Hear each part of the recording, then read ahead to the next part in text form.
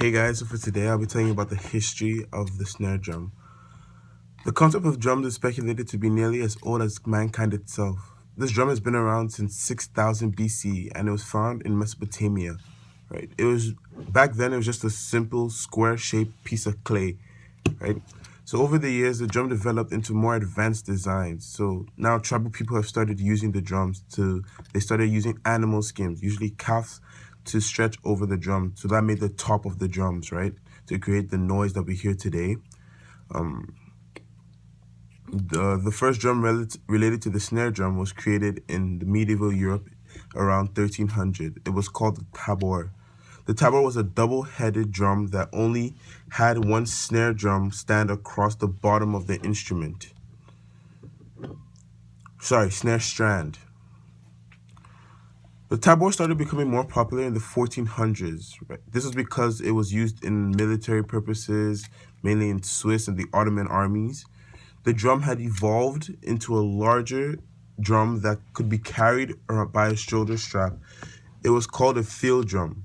Those are the type of drums that the military army nowadays use, right? By 1500s, the English had also begun to use the field drum. That's why it became more popular, but to them, it was called a drome. The snare drum is mainly used for military uses, right? Like I've used it in my military days at NYMA, New York Military Academy. It was a main function for us because it kept all of us in sync and everything. So the snare drum started to be used for classical music and military corps, like I said. This cemented its place as popular percussion instrument. The last major changes to the snare drum were to use a coiled wire metal for the snares and the addition of the throw-off strainer, which can change the sound of a snare drum from one of a tom-tom.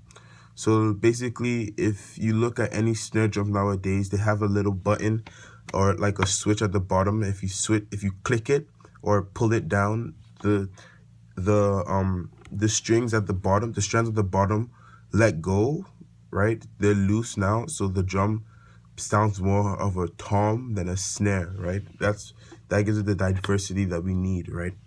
That's all about it for the history of the snare drum. Hope you enjoyed.